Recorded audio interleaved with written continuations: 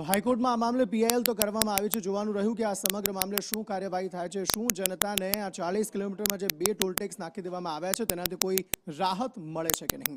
સમાચારો તરફ આગળ વાત કરીએ તો મહીસાગરના લુણાવાડામાં જંગલમાં આગ લાગવાનો બનાવ બન્યો છે। લગભગ 2 કલાકથી આગ જે છે તે લાગેલી છે અને આગ પર કાબુ મેળવવાના સતત પ્રયત્નો જે છે તે કરવામાં આવી રહ્યા છે। લુણાવાડામાં કયા કારણસર આગ લાગી તેને લઈને હજી તપાસ છે। કૌશિક જોશી પાસેથી આગે વધુ વિગતો મેળવીએ। જી કૌશિક।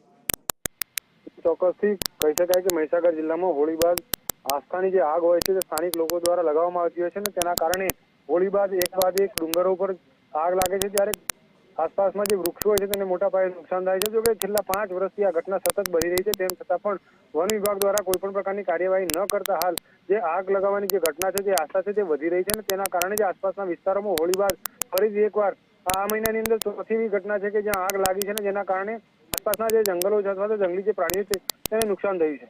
જી જી કૌશિક, આભાર સમગ્ર માહિતી આપવા માટે।